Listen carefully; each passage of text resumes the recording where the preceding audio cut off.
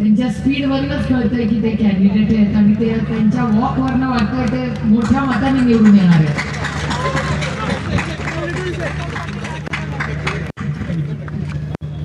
आज आपण जितेंद्र आव्हाडांना ज्या संघर्षामध्ये जी साथ दिली त्याबद्दल मी आपले सुरुवातीलाच मनपूर्वक आभार मानते आणि तुमच्या सेवेसाठी या भागामध्ये एक मोठा चांगला बदल करण्यासाठी नवीन पिढीचे नवीन चेहरे आज तुमच्या समोर आम्ही आणलेले आणि पूर्णपणे आपल्या काळ्या मातीशी इमान राखणारे हे सगळे उमेदवार आहेत आणि विनंती करते की 15 तारखेला तुमचं पवित्र मत आमच्या या सगळ्या उमेदवारांना द्यावं ही विनंती करायला आली.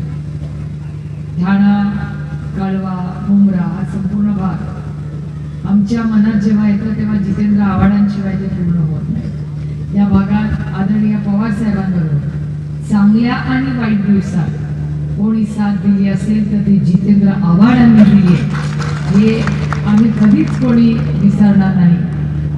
आणि त्याच्यामुळे एक कार्यकर्ता जो कुठल्या परिवारवाद मधला नाही पण संघर्ष करून स्वतःच्या विचारांबरोबर ठाम राहिलेला एक उत्तम संघटक म्हणून त्यांची एक वेगळी ओळख गेली 20, 25, 30 वर्ष त्यांनी महाराष्ट्राच्या राजकारणात आणि समाजकारणात केली. ठाण्याची एक वेगळी ओळख.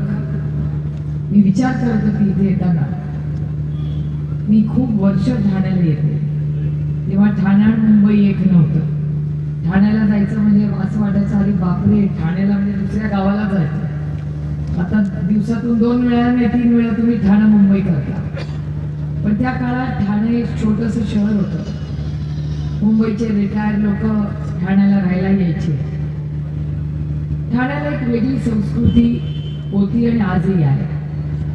पण एक वेगळं कल्चर होतं. ठाण्यामध्ये लेखक राहायचे, सगळे सुसंस्कृत लोक गुणागोविंदांनी ठाण्यात राहायचे आणि टप्प्याटप्प्याने परवडणारी घरं जशी मुंबईत महागायला लागली तशी लोक ठाण्याला येऊ राहिली आणि लोकांना असं वाटलं की नाही आज उद्या ठाण्याचा विकास होईल. आपलं धाकधुकीचं घाई गडबडीचं आयुष्य हे कुठेतरी पुढची रिटायरमेंट नंतरचे आयुष्य हे गुणागोविंदांनी सुखातही जावं म्हणून लोक राहायला आले. आपला घोडबंदरचा भाग, घोडबंदरला गेलं की असं वाटायचं तिकडून पालघरला जाऊ, वीकेंडला जाऊ. पण आता घोडबंदर रस्त्यावर जायचं म्हणजे रामकृष्ण हरी, भगवंताचं नावच घेऊन गाडीत बसायचं.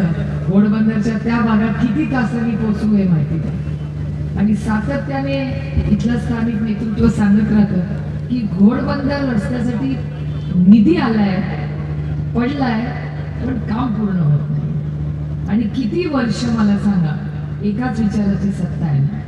म्हणजे एका विश्वासाच्या नात्याने तुम्ही त्यांना मतदान केलं, तुम्ही विश्वास त्यांच्यावर टाकला, मग आपल्या मूलभूत सुविधा का नाही ते देऊ शकले. मला आश्चर्य वाटलं मी जितेंद्र आव्हाडांचं भाषण ऐकत होते की पूर्ण ठाण्यामध्ये डम्पिंग ग्राउंड नसावं.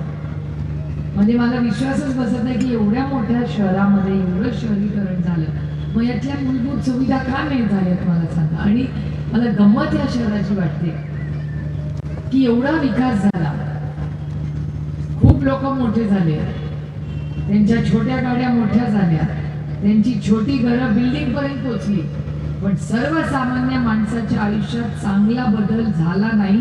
त्याचं आयुष्य खरं अडचणीतच यायला लागलं. कारण का ट्रॅफिक वाढला, कचरा वेळेवर उचलला जात नाही, त्याला व्यवस्थित पाणी येत नाही आणि टँकर माफियाचं तर बोलूच नका. आज महाराष्ट्रात जिथे जिथे नागरीकरण झाले तिथे प्रचंड टँकरचा प्रश्न येतो. मी तुम्हाला शब्द देते आणि हे रेकॉर्ड करून ठेवा की ठाण्यामध्ये आमची सत्ता आल्यानंतर पहिलं आम्ही काय मोडून काढू तो हा टँकर माफिया आम्ही मोडून काढू. हे मी तुम्हाला जबाबदारी देतो. कारण का टँकरने पाणी येतं, मग आमच्या नळाला पाणी काय येत नाही. तुम्हाला आठवत असेल की केंद्र सरकारचा एक चांगला उपक्रम आहे, अच्छे को अच्छा बोलना चाहिए. केंद्र सरकारने एक चांगला प्रोग्राम सुरू केला, जल जीवन मिशन नावाचा. प्रत्येक घरात नळाला पाणी. उद्धवजी जेव्हा यावेळेस मुख्यमंत्री होते, केंद्र सरकारमधून 50% निधी आणि महाराष्ट्र सरकारने 50% निधी, उद्धवजी असताना मुख्यमंत्री असताना आपण इथे तो निधी आणला.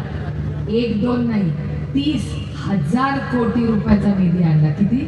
30,000 कोटीमध्ये 15,000 कोटी महाराष्ट्र सरकार आणि 15,000 कोटी हे केंद्र सरकारने दिले. तुम्ही सगळे ठाण्यात राहता, गावी पण तुमचं घर आहे. कुठल्या घरामध्ये ना ठाण्यात 24 तास पाणी आलं ना तुमच्या गावी पण आहे. मग एवढे करोडो रुपये गेले कुठे हो? 30,000 कोटी रुपयाची आम्ही केंद्र सरकारमध्ये सांगितलं इन्क्वायरी लावा. आम्ही इन्क्वायरी लावली आणि केंद्र सरकारमधल्याच भारतीय जनता पक्षाच्या मंत्र्यांनी सांगितलं, हो महाराष्ट्रात जे काम झालं ते चांगल्या दर्जाचं झालं नाही, आम्ही त्याची इन्क्वायरी लावली. किती भ्रष्टाचार झाला राज्यात. आपल्याला आठवत असेल मोदी साहेब जेव्हा पहिल्यांदा प्रधानमंत्री 2 गोष्टी बोलले, काँग्रेस भारत करू आणि भ्रष्टाचार मुक्त भारत करू. भ्रष्टाचार तर रोज टीव्ही वाले दाखवतात, त्यांचे आभार मानले पाहिजे. आणि काँग्रेसमध्ये जेवढे नेते राहिले आज बीजेपीतच कार्यकर्ताच नाही. परिस्थिती आज राज्यामध्ये जी आहे शिवसेना, मी कधी म्हणत नाही 2 शिवसेना आहे, माझ्यासाठी एकच शिवसेना आहे, ती उद्धव बाळासाहेब ठाकरेंचीच आहे. याचं कारण असं की पक्षाचं स्थापन कोणी केला? बाळासाहेब ठाकरेंनी केलं. बाळासाहेब आपल्या सगळ्यांसाठी प्रिय आहेत, वंदनीय.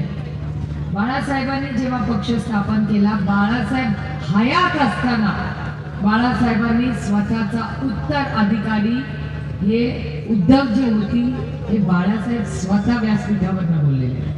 जर पक्ष स्वतःच्या लेखाच्या हातात उद्धवजींनी दिलेला आहे तर मग ह्यांना कुठला अधिकार तो पक्ष काढून घ्यायचा मला सांग. त्यांच्या वडिलांचा, ते राज ठाकरे म्हणतात हे काही खोटं नाही, राजजी म्हणतात हे खरं आहे, हे वडील आणि पोरं पळवायची टोळी झाली. खरी आहे. सगळ्यांच्या घरातली मुलं, आमच्याही घरातली काही मुलं गेली आहेत त्या भारतीय जनता पक्षात आणि त्याचबरोबर ही पण. आणि त्याच्यामुळे खरंच विकासासाठी एकत्र आले हा प्रश्न मला पडतो. ज्या पद्धतीने तुम्ही बघताय, तुमचे आता काही दिवस राहिले नाहीत मतदानाला, पण खूप मोठा पाऊस पडणार आहे आणि ठाण्यात तर जोरात पाऊस पडेल. म्हणजे महाराष्ट्रात पडतोच आहे पण ठाण्यातही पडेल. माझं म्हणणं वेगळं, किती पाऊस पडला तर बाळल्या ठेवा, ते देतील तितकं पाणी घ्या, कारण का ते कष्टाचं पाणी नाहीये, ते तुमचंच पाणी आहे. त्यामुळे हे सगळं पाणी घ्या आणि ऐकायचं जनाचं आणि करायचं मनाचं. त्यामुळे हे इमानदार सगळे लोक इथे आणि ते तुमची सेवा करण्यासाठी इथे. आज रोटी कपडा और मकान गटर वितरण वॉटर इथे जो जो विकास झाला आहे या भागात, हा फक्त आणि फक्त जितेंद्र आव्हाड जेव्हापासून आमदार झाले तेव्हापासून झाला. हा रस्ता असेल, या भागात जो काही विकास एक काळात आम्ही मुंबईला दिला त्या काळात विकास झाला होता, पण त्या विकासाला गती द्यायचं कोणी काम केलं असेल तर ते फक्त आणि फक्त जितेंद्र आव्हाडांच्या प्रयत्नात. तुमच्या रोजच्या सुखदुःखात कोण असतं तर जितेंद्र आव्हाड असतात. आणि सगळी टीम, हे सगळे कार्यकर्ते हे कुटुंब म्हणून सगळे इथे काम करतात. त्यामुळे मी तुम्हाला विनंती करायला आले, जिथे तुतारी वाजव होणारा माणूस असेल तिथे तुतारीचं बटन दाबा, जिथे आपली मशाल असेल तिथे मशालीचं बटन दाबा, त्या ट्रेनचे इंजिन असेल ते आपल्या ट्रेनचं इंजिन दाबा. पण ही मराठी माणसाची लढाई, मोठी लढाई काही सोपी लढाई नाही. पण आपल्याला, मला विश्वास आहे की मराठी माणूस हा एक स्वाभिमानी माणूस आहे. तो किती कष्ट करेल, संघर्ष करेल, मोडेल, पण कधीही या सत्ताधाऱ्यांच्या समोर वाकणार नाही हा माझा विश्वास माझ्या मराठी माणसावर. आणि मराठी भाषा, मराठी संस्कृती आणि मराठी माणूस म्हणजे कोण?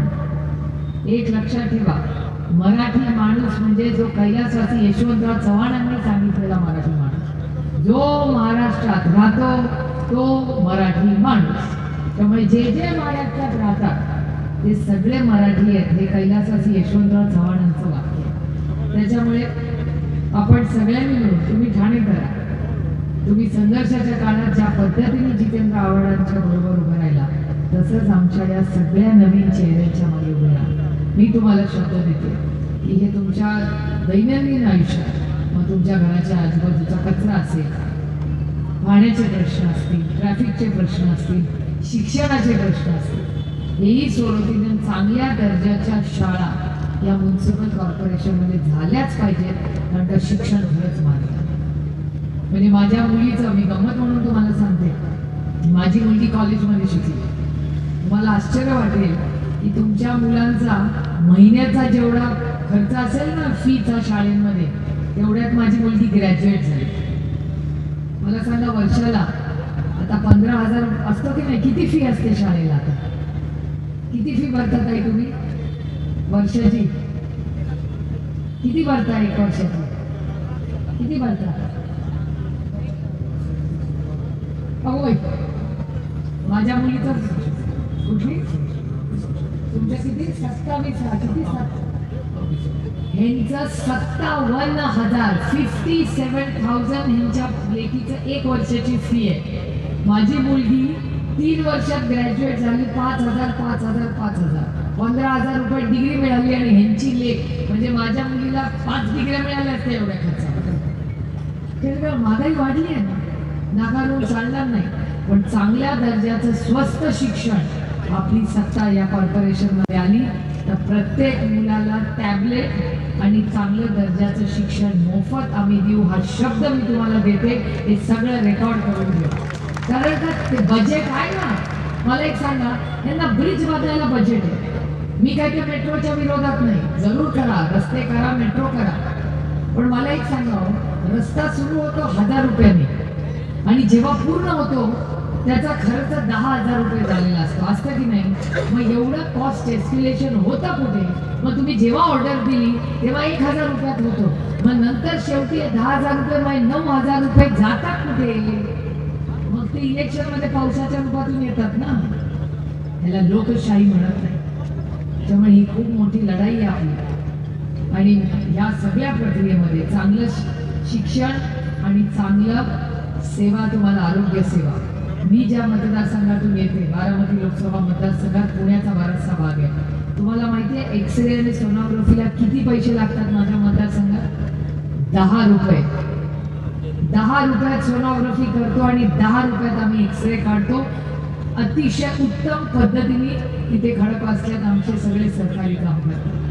मग जर आम्ही पुण्यामध्ये 10 रुपयाला एक्सरे आणि सोनोग्राफी करू शकतो तर पुणे या ठाण्यामध्ये का नाही आपण हे करू शकत? कारण का त्याला राजकीय इच्छाशक्ती लागते आणि ती दुर्दैवाने गेल्या काही काळात आपल्याला इथे दिसली नाही. त्याच्यामुळे आपल्याला हा बदल करायचा आणि हा बदल तुमच्या आणि माझ्या रोजच्या आयुष्यात, हा बदल ही सगळी युवा पिढी करू शकते.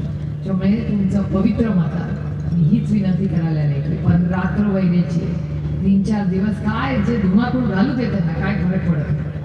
कारण का आपण स्वाभिमानी लोक आहोत. कोणी काही आमिष दाखवला तर आम्ही बदलणार नाही. त्याच्यामुळे तुम्ही माझ्या ठाणेकरांवर पूर्ण विश्वास आहे की तुम्ही या इमानदार लोकांना मोठ्या संख्येने मतदान करून आपली सेवा करायची संधी द्याल. आज आपण आल्यानंतर या नवीन पिढीच्यासाठी मला आज इथे एक संधी मिळाली त्यांचा प्रचार करायचा, मी भाग्य समजते. कारण जितेंद्र आव्हाडांवर माझा पूर्ण विश्वास आहे आणि जितेंद्र आव्हाडांनी यांना तिकीट दिलंय म्हणजे या प्रत्येकामध्ये काहीतरी वेगळे आणि उत्तम गुण आहे. त्यामुळे आज आपण सगळे आलात, आमच्या सगळ्यांचं प्रेमाने स्वागत केलं, त्याबद्दल आपले मनपूर्वक आभार मानते. आणि एवढंच म्हणून जाते की रामकृष्ण हरी, रामकृष्ण हरी. जय हिंद, जय महाराष्ट्र, जय आघाडी.